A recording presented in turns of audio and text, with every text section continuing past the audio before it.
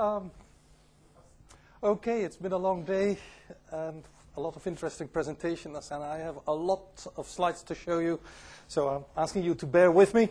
Let's see. Yes, it works. I've given you the motto of comparing apples with oranges. Kim Veldman, in the opening presentation, talked about the need of recognizing cultural diversity. And let me tell you that diversity exists also in the NRN community, and I'm going to be showing you some examples of that and of the difficulties that it engenders. What I'm going to show you is based on interim results, really, from the so-called ComRen project. We've sent out a questionnaire. We've received a lot of data. That data, to a certain extent, still needs to be double-checked by the NRNs. So that's the first caveat I would like to give you. We've produced a tremendous amount of graphs and sent those to the NRNs for feedback. I have some extra copies available of this limited edition. A full edition will be available, hopefully, by the end of the summer with, on the basis of double-checked data. That goes very fast. Okay, a message for our sponsors to start with, not from but for. The total budgets of the NRNs this year in the EU and EFTA countries alone, and excluding, for example, Dante, is 300 million euros. And what do the NRNs spend it on? They spend it on, this is slow. They spend it on transmission capacity, and they spend it on equipment. So sponsors, sponsoring the TERENA conference is really a good idea because your market is here. You will see Renata coming up. That figure is really combined for transmission and for equipment.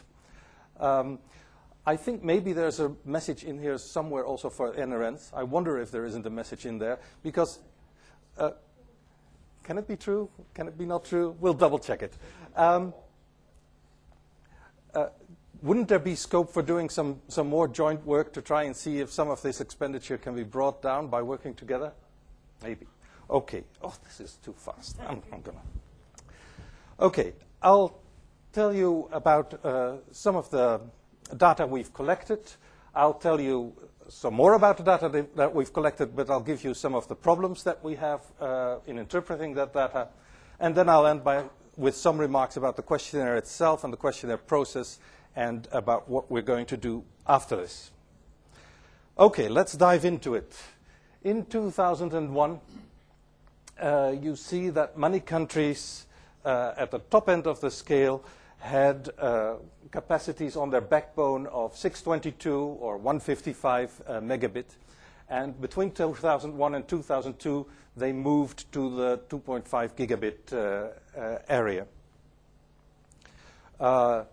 From 2002 to 2003, the developments continued.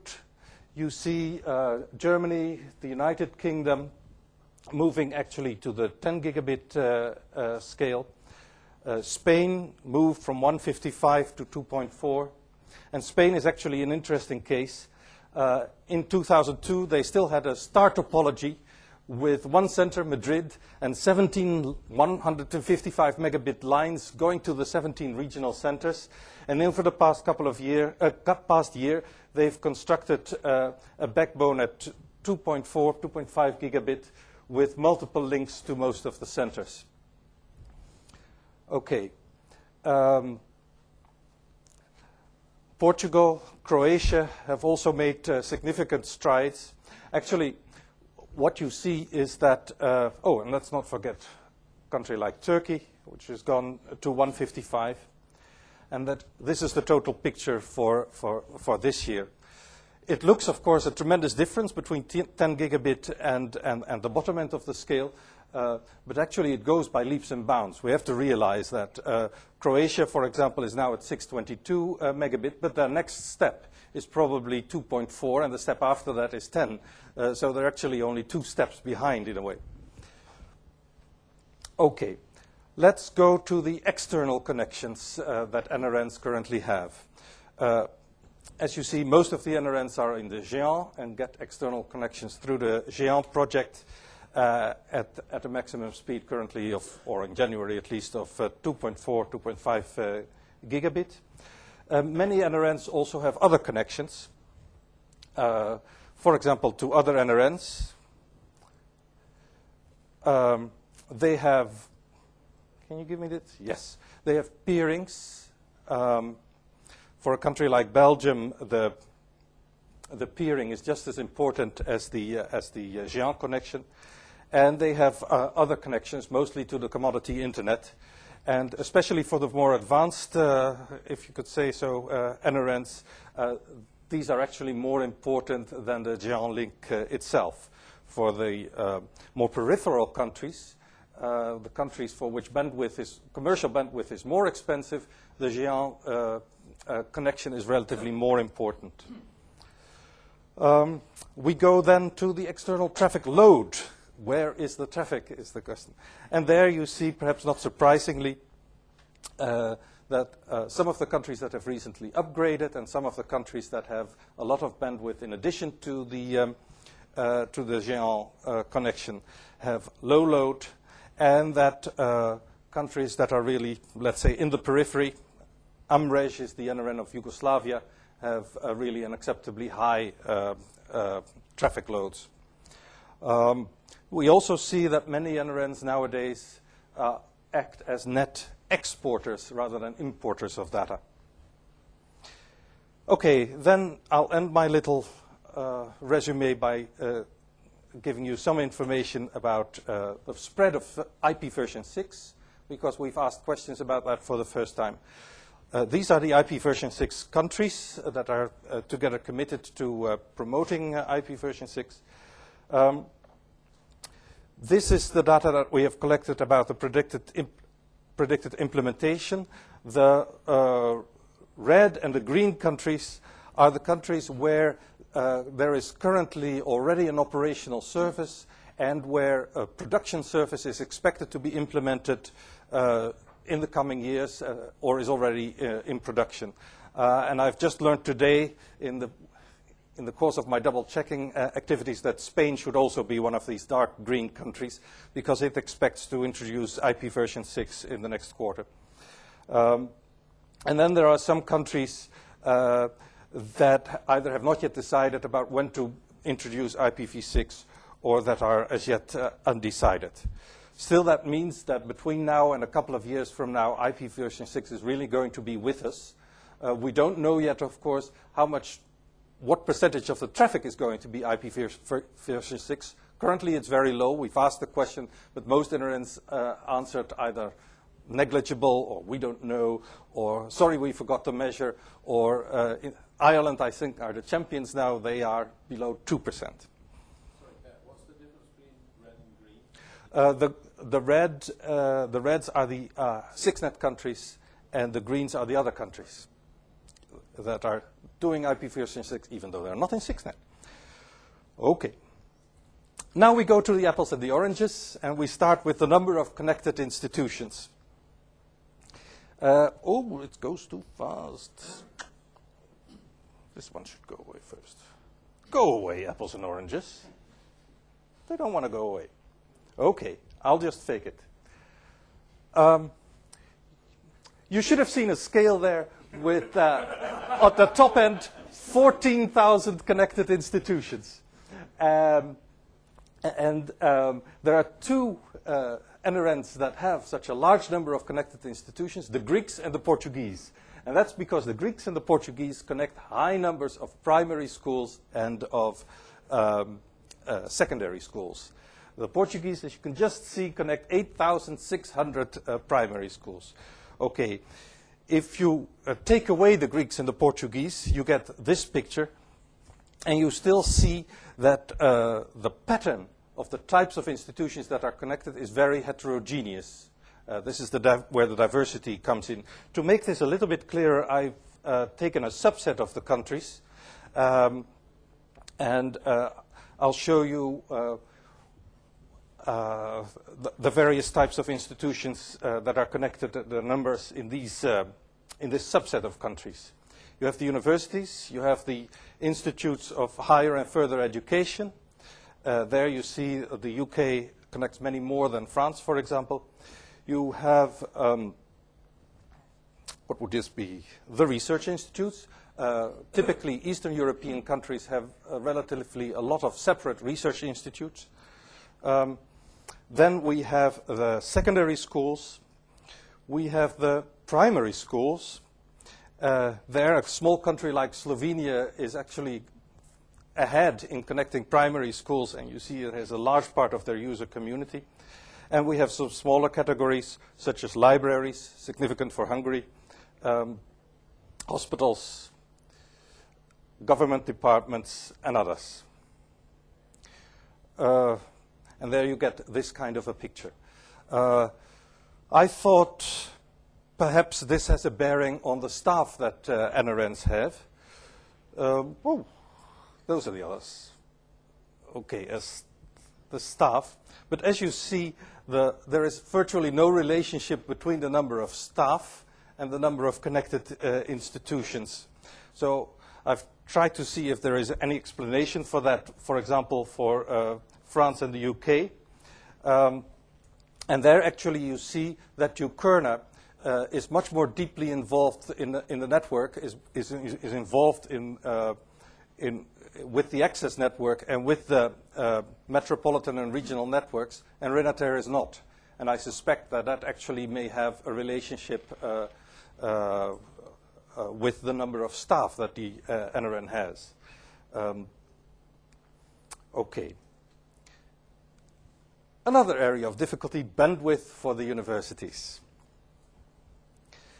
Some universities are still connected at ISDN speeds or lower. These are the ones that are in real difficulty.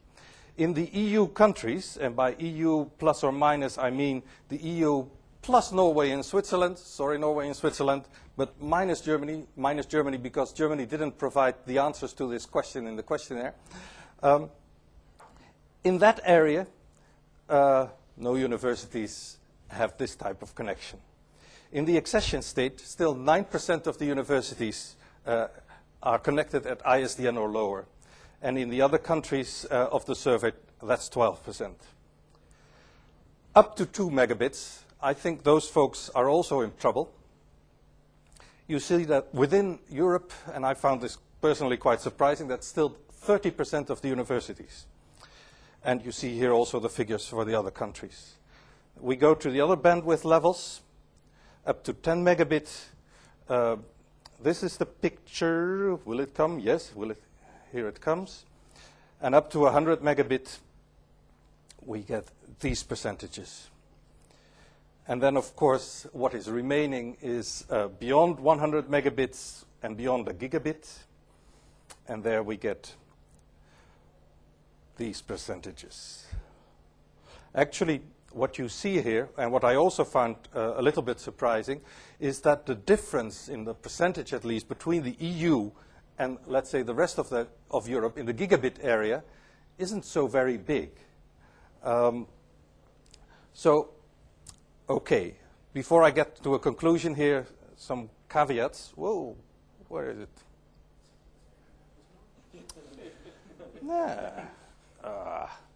Okay.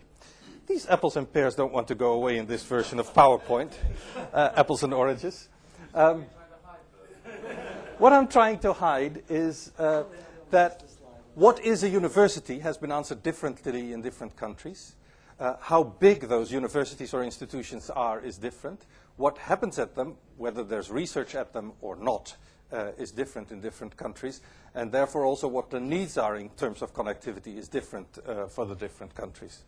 Still, you could say that there is a digital divide if you look at these statistics between countries. But it is also, as Karel also just pointed out, within countries. Okay. Lastly, a few remarks about the questionnaire itself and about where we could go from here. It's fun to send questionnaires. Many people like to do that. Many projects like to do that. But trying to get answers is a different story. Let's illustrate that with what happened with the compendium. We sent out the questionnaire and gave a deadline of the 7th of March. By the 15th of March, after a little bit of reminding from my side, we'd received answers from these dark green countries, the good ones. A month later, after considerable amounts of reminding, we received actually almost all the answers, even though not all of them were as complete as I would have liked them to be. And then there are a few very small red spots there. Those are the cases where the questionnaire arrived too late to be taken into account for this presentation. And you have the white spots where we're still trying and hoping to get answers in time for the final edition of the compendium. So it's not so easy. I've stolen this slide from Marian Garcia of Dante. They sent out a questionnaire in December, and as you can see, they were unfortunate in getting only 11 out of 28 NRNs to reply. I think that we should try to make the compendium questionnaire shorter, therefore easier to answer completely for NRNs. Try to make it the one questionnaire that everybody answers and tries to answer completely. But we should also work more closely with other projects so that we can actually incorporate questions that are relevant for other projects into the compendium survey so that we get more relevant answers with a lesser effort for the NRNs. Last year I showed this slide at the TERENA conference on the role of the compendium. I said there's the fast train itself, the Jean project, the fast backbone, etc. Then there is the preparation for the future, the Serenata project that we've just heard about. And then there's the monitoring what's actually going on, and that's the compendium. But I've come to realize that the role of the compendium is actually a bit broader than that. It has more uses than just monitoring, because it's also being used by the NRNs in dialogue with policymakers. And it's also being used, for example, by the Commission in trying to gauge where things are and where things should be going. And we should perhaps think about ways that we can find to develop that argument, that type of argument, further with the policymakers. For example, and this is getting a bit thin ice that I'm treading on, could we develop some norms for what should be available for a student or a professor or a researcher? Do NRNs already have such norms or such ideas nationally that they've developed that could perhaps be shared with others? And then what are the new developments? What are the indicators that we will need for tomorrow? We need to think about that. And the Compendium Review Panel is doing that. Before that, of course, we'll double-check the data for this year, and we're open very much for input and ideas. The national information is available at this URL. And that concludes my talk. Thank you very much. Thank you, Bert. Does anybody on the floor have any questions for Bert, or even better, any suggestions about how he might improve the questionnaire or the content of the compendium?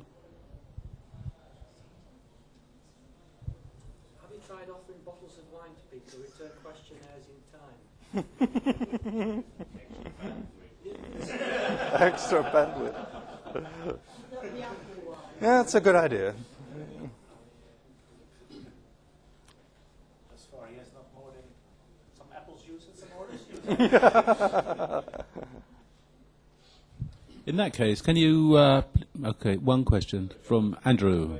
I don't know if any other countries have it, but USISO, which is the Universities and Colleges Information Systems, a association, I think, and they're not named, they actually put together a survey of, you're talking about norms for students, they certainly survey in the UK what is available, so things like number of desktops per student. The gross statistics for that are publicly available on their website. Individual per university, you have to be USISO member to see. Okay, thank you. That would be something you could link into with anybody else. I think Ireland was looking at doing something similar. Right? Okay. Yeah, we have some. Some discussion. Okay, in that case, I'll draw this session to a close and thank all the speakers for finishing precisely on time. It's 5:30, so you'll have time to go and have a wash or whatever you want to do before the gala dinner. The gala dinner takes place at 8 o'clock? At 8 o'clock. And there are no buses, you'll have to walk there. Tram, yeah. Have you arranged for it to stop raining? Have you seen any rain today? It isn't raining. Fine. Is it sunny? No. Okay, in that case, thanks to all the speakers. Thanks for you participating as delegates.